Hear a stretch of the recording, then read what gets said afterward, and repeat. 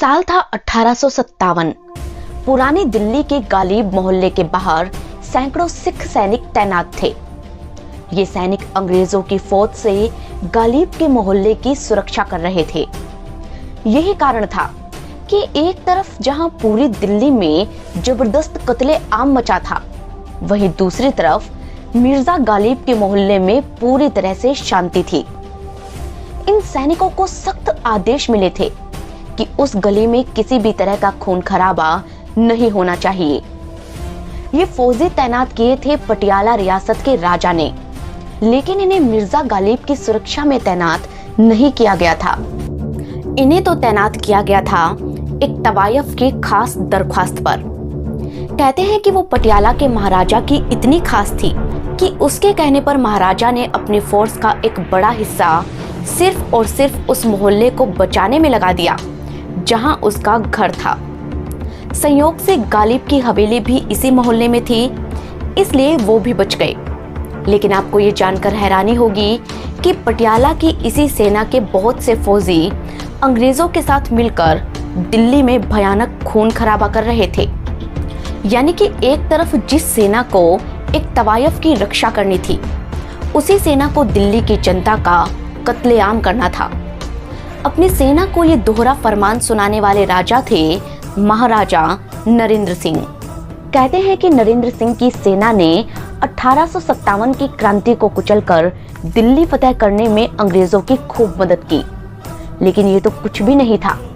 साल 1845 में जब पहला एंग्लो सिख वॉर हुआ था, तब नरेंद्र सिंह ने अपनी ही सिख कौम के खिलाफ जाकर अंग्रेजों की मदद की थी। दुश्मन चाहे अपने हो या बेगाने, इन्होंने हमेशा अंग्रेजों का ही साथ दिया। इसीलिए ऑर्डर ऑफ स्टार के साथ ही अंग्रेजों ने इन्हें फर्जन खास से दीवाने इंग्लिशा के टाइटल से नवाजा, जिसका मतलब था special friend of British empire.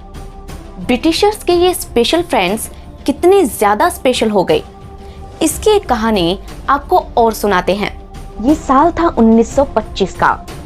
हीरे जवाहरातों को तराशने वाली एक कंपनी कार्टियर पेरिस के शोरूम में अचानक कुछ सिख वॉरियर्स पहुंचते हैं।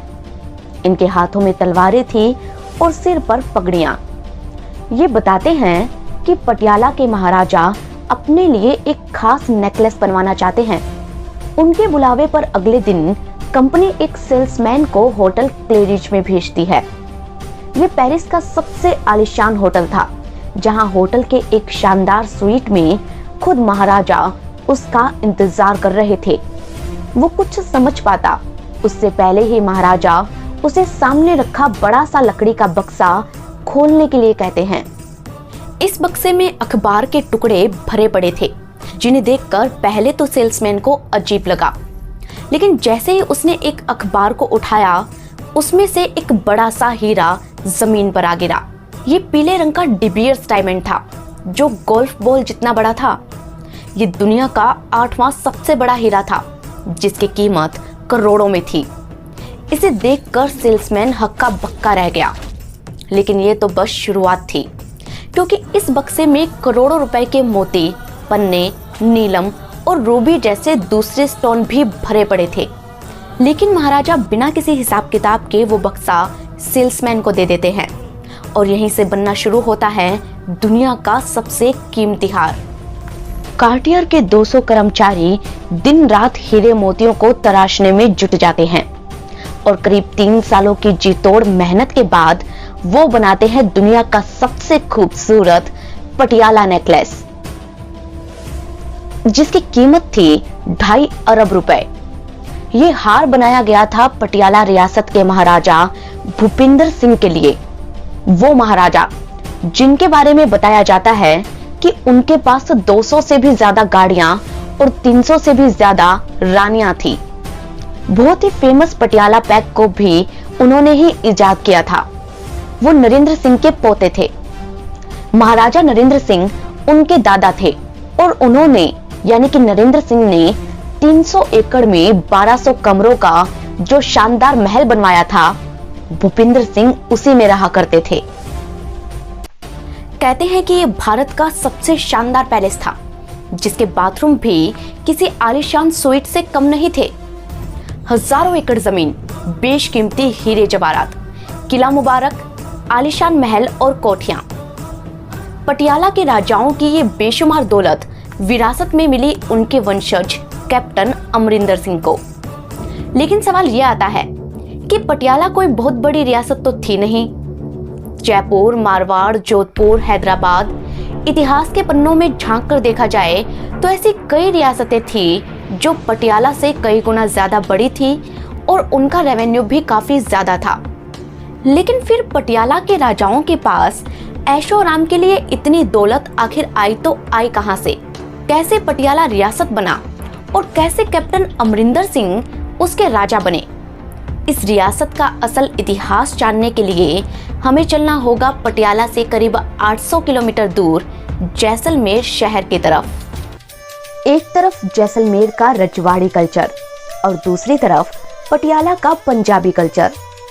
इन दोनों में भले ही जमीन आसमान का फर्क हो, लेकिन इतिहास बताता है कि कैप्टन अमरिंदर सिंह जैसलमेर को बसाने वाले रावल जैसल के ही वंशज थे।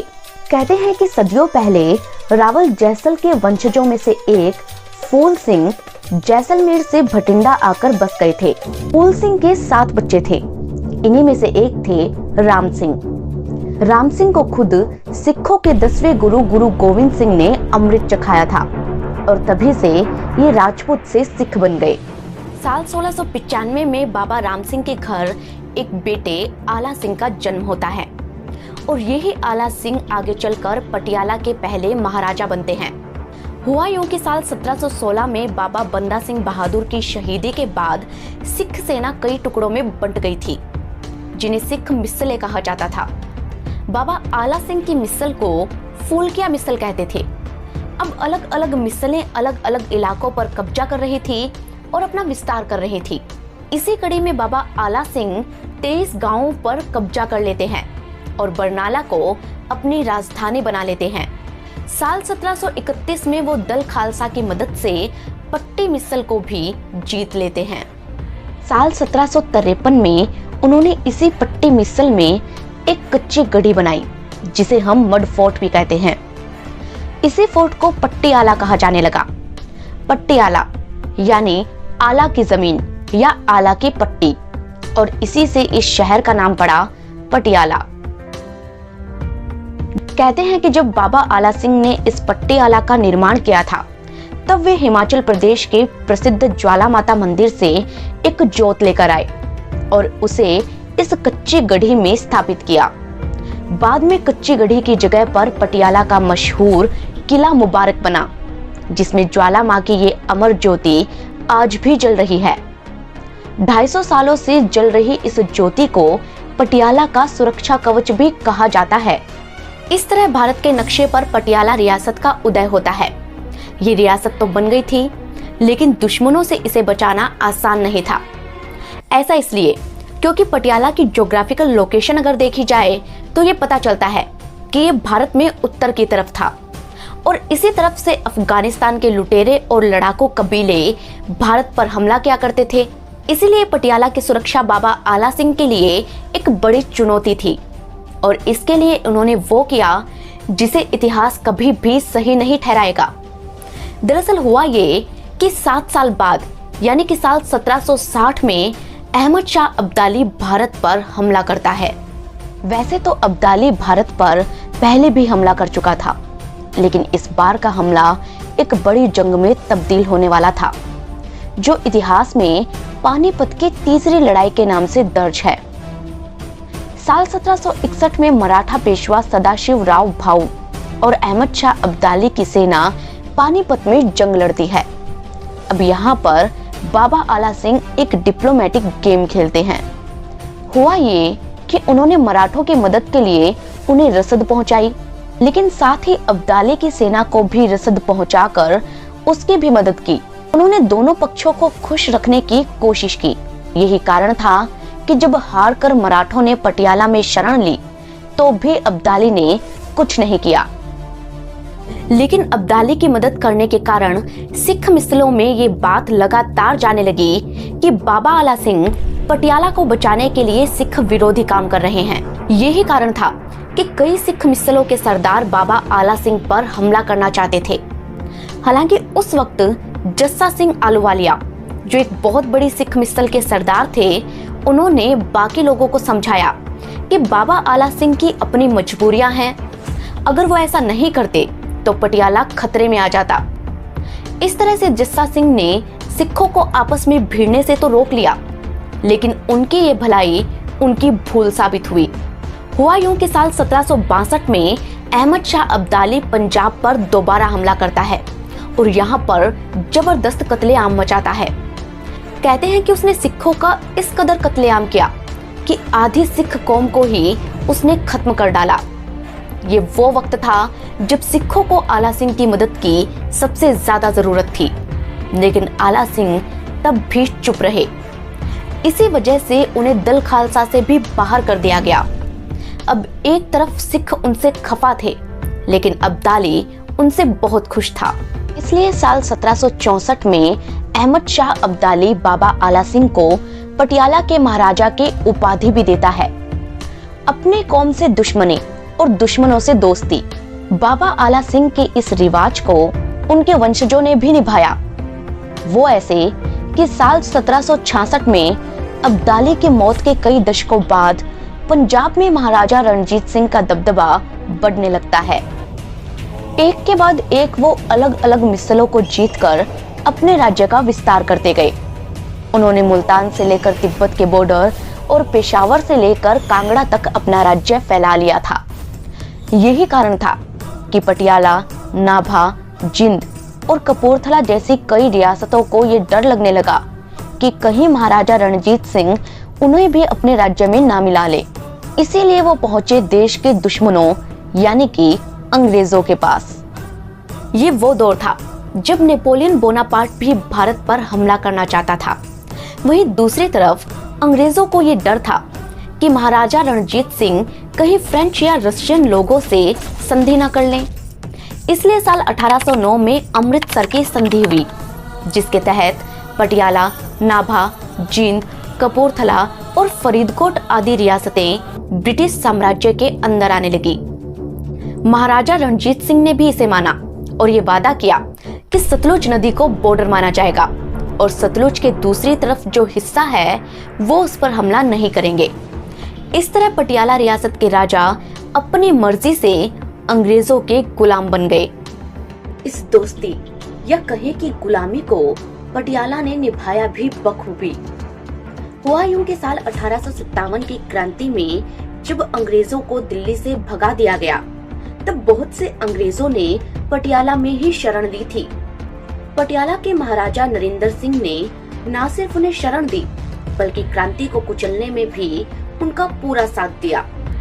अंग्रेजों ने पटियाला की फौज के साथ मिलकर दिल्ली पर अटैक कर दिया, जिसके बाद जबरदस्त कत्लेआम हुआ और बहादुर शाह जफर को बंदी बना लिया गया। दिल्ली की इस फतेह के बाद अंग्रेज पटियाला पर इतने मेहरबान हो गए कि वो यहाँ के राजाओं की मनमानियों को अनदेखा करने लगे। वो ऐसे कि जब साल 1870 में महाराजा राजेंद्र सिंह राजा बने तो उन्होंने अपनी लाइफ को रॉयल बनाने में कोई कमी नहीं छोड़ी। उन्होंने करोड़ों रुपए की आलीशान कोठियां बनवाई। पटियाला की गर्मी पसंद नहीं थी तो शिमला के पास झैल को डेवलप करवाकर उसे पटियाला की समर कैपिटल बना लिया। वो पहले भारतीय थे जिनके पास अपनी खुद की गाड़ी थी।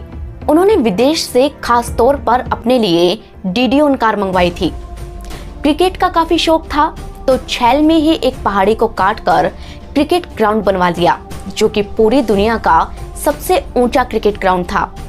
खबरें तो ये भी आती है कि महाराजा राजेंद्र सिंह और लॉर्ड कर्जन की पत्नी का अफेयर था। शिमला में वो जहां मिलते थे उसे स्कैंडल पॉइंट के नाम से जाना जाता है। हालांकि इतिहासकार मानते हैं कि ये सच नहीं था, लेकिन ये सच जरूर था कि उनकी शान शौकत का कोई सानी नहीं था। साल 1900 में उनके देहांत के बाद उनके बेटे भूपिंदर सिंह राजगद्दी पर बैठे। कहते हैं कि भूपिंदर सिंह ऐशो आराम के मामले में अपने पिता से भी 2 कदम आगे थे। उन्होंने खास तौर पर अपने लिए एक प्राइवेट प्लेन खरीदा था। यानी कि पिता के पास भारत की पहली कार थी और बेटे के पास पहला प्लेन। कहते हैं कि जब वो लंदन, पेरिस या किसी भी दूसरे देश में जाते तो वहां के महंगे से महंगे होटल में न सिर्फ ठहरते बल्कि पूरा होटल ही बुक कर लेते थे। उनकी शान और शौकत इतनी बेमिसाल थी कि उन्होंने 2.5 अरब के पटियाला नेकलेस के साथ ही 120 कड़े, कंठे, हार और बाजूबंद भी बनवाए थे जो कि बेशकीमती हीरे मोतियों से बने थे। उनके पास चांदी की शानदार बग्गी और दुनिया का सबसे बड़ा मेडल कलेक्शन भी था। फ्रीडम एट मिडनाइट किताब में बताया गया है कि महाराजा भूपिंदर सिंह ने 10 बार शादियां की थी और उनके हरम में 300 से भी ज्यादा उपरानियां थी। ये सभी एक से बढ़कर एक सुंदर थी और इनमें से कुछ विदेशी भी थीं, जिनसे कुल मिलाकर महाराजा ने 88 बच्चे पैदा किए थे। महाराजा की शान शौकत ऐसी कि वो सोने के कप में चाय पीते थे जिसे चांदी की ट्रे में परोसा जाता था। लेकिन इतिहास बताता है कि उनके इस ऐशो आराम और शौक की कीमत चुका रही थी पटियाला की जनता। वो ऐसे कि पटियाला एक उपजाऊ इलाका था, इसलिए यहाँ के लोगों को खेतीबाड़ी के जरिए अच्छा पैसा मिलता था। लेकिन उन्हें आधा पैसा तो टैक्स के नाम पर राजा को ही देना होता था और इस पैसे से वहाँ के राजा जनता का डेवलपमेंट नहीं करते बल्कि उसे अपने ऐशो आराम पर खर्च किया करते थे। जिस पैसे से पटियाला में स्कूल, हॉस्पिटल और सड़कें बनाई जानी थी, उसे तो पटियाला के राजा अपनी शान शौकत पर खर्च कर रहे थे। महाराजा भूपिंदर सिंह ने तो पटियाला का पैसा इस कदर बर्बाद किया कि जनता बेहाल हो गई। उन दिनों पटियाला के हालातों पर पटियाला रिपोर्ट करके एक रिपोर्ट भी पब्लिश हुई जिसमें बताया गया था कि कैसे पटियाला के राजा वहां की जनता पर अत्याचार कर रहे हैं। उनकी मनमानियों को देखकर एक बार तो अंग्रेज भी उन्हें गद्दी से हटाने का फैसला ले चुके थे, लेकिन पुरानी यारी के चलते वो ऐसा नहीं कर सके। खैर, भूपिंदर सिंह ने कुछ खेलों को आगे बढ़ाने का काम जरूर किया था। वो बीसीसीआई के फाउंडर मेंबर थे। उन्होंने ही रणजी ट्रॉफी की शुरुआत के लिए पैसा दिया था। आपने गुलाम मोहम्मद बख्श उर्फ गामा पहलवान का नाम तो सुना ही होगा। उन्हें भी भूपिंदर सिंह ने ही स्पॉन्सर किया था। हिटलर से उनकी इतनी अच्छी दोस्ती थी कि हिटलर ने खुद उन्हें एक मैम्बेक कार गिफ्ट की थी, लेकिन फिर भी पटियाला की जनता के लिए वो एक अच्छे राजा साबित नहीं हो सके। खैर, उनके बाद महाराजा बने उनके बेटे यादविंदर सिंह अपने पिता से बिल्कुल अलग थे। वो काफी समझदार थे और साधारण जीवन जीते थे। हालांकि इतिहासकार कहते हैं कि वो अपने पिता की तुलना में साधारण जीवन जीते थे, लेकिन उनके भी ठाठ बाट कुछ कम नहीं थे। कई मीडिया रिपोर्ट्स बताती हैं कि वो सुबह की चाय के साथ जो बिस्किट खाते थे उसे लंदन की कंपनी हर महीने में 2 बार स्पेशल जेट से भेजा करती थी। उनकी रानियों के कपड़ों से लेकर उनके स्टाइलिश तक विदेशों से आते थे, लेकिन उन्होंने अपने ऐशो आराम के साथ साथ जनता का भी ख्याल रखा। उन्होंने यादविंदर पब्लिक स्कूल बनाने के लिए अपना महल डोनेट कर दिया। विनोबा भावे के भूदान आंदोलन के दौरान उन्होंने 2000 एकड़ का एक फार्म, अपने कई महल और कोठियां दान की थी। कहते हैं कि साल 1947 में जब देश आजाद हुआ तो वो चैम्बर ऑफ प्रिंसेस के सदस्य थे। ये वो समय था जब भोपाल के नवाब भारत के दूसरे राजाओं को भारत में शामिल होने से रोक रहे थे। तब यादविंदर सिंह भी अपनी रियासत को स्वतंत्र रखना चाहते थे, लेकिन जब ऐसा संभव नहीं हो सका तो पाकिस्तान में जाने की जिद करने की बजाय वो भारत में शामिल हो गए। इतना ही नहीं, महाराजा सादुल सिंह के साथ मिलकर यादविंदर सिंह ने दूसरे राजाओं को भी भारत में आने के लिए राजी किया। इसीलिए उन्हें आगे चलकर भारत की तरफ से यूनाइटेड नेशन और यूनेस्को में डेलीगेट बनाया गया। साल 1970 में उनका हेग में निधन हो गया और उनके बाद राजा बने उनके बेटे अमरिंदर सिंह। लेकिन अब राज्य और रजवाड़े तो रहे नहीं और रहा सहा अरबों का पटियाला नेकलेस भी चोरी हो चुका था। इसलिए अमरिंदर सिंह और उनकी मां मोहिंदर कौर ने राजनीति का रुख किया। इतिहास बताता है कि साल 1965 में अमरिंदर सिंह इंडियन आर्मी को रीजॉइन करते हैं। वो सिख रेजिमेंट के कैप्टन बनते हैं। आर्मी में शामिल होने के कारण ही उनके नाम के आगे कैप्टन लगाया जाने लगा। लेकिन जब 1965 की जंग के बाद वो आर्मी से रिजाइन करते हैं तो अपने खास दोस्त राजीव गांधी के कहने पर उन्होंने कांग्रेस ज्वाइन कर ली। साल 1984 में ऑपरेशन ब्लू स्टार के विरोध में वो कांग्रेस छोड़ देते हैं और अकाली दल में शामिल हो जाते हैं, लेकिन बाद में वो कांग्रेस फिर से ज्वाइन कर लेते हैं। कुल जमा 2 बार वो पंजाब के सीएम भी रहे और आज उन्हें पंजाब की राजनीति के मंझे हुए खिलाड़ी के तौर पर देखा जाता है। लेकिन इतिहास के पन्नों में झांक कर अगर देखा जाए तो उनके पुरखों ने जो किया उसे सही तो किसी भी कीमत पर नहीं ठहराया जा सकता। दुख की बात तो ये है कि अब्दाली और अंग्रेजों की दोस्ती के लिए पटियाला के राजे महाराजे अपनी ही कौम के दुश्मन बन बैठे। इतिहास की ये सच्चाई कड़वी तो लगती है, लेकिन सच को छिपाया नहीं जा सकता। खैर, इतिहास की ऐसी ही सच्ची कहानियां आप और भी सुनना चाहते हैं तो हमें कमेंट करके जरूर बताएं। ये रिपोर्ट पसंद आई हो तो वीडियो को लाइक और शेयर जरूर कर दीजिएगा और अपने सुझाव हमें इस मेल एड्रेस पर आप भेज सकते हैं। जाने से पहले हमें ये बताना ना भूलें कि आप हमें कहां से देख रहे हैं और अगली रिपोर्ट किस सब्जेक्ट पर देखना चाहते हैं। वीडियो के रेफरेंस लिंक आपको डिस्क्रिप्शन में मिल जाएंगे। हम मिलेंगे आपको अगली कहानी के साथ। तब तक के लिए धन्यवाद।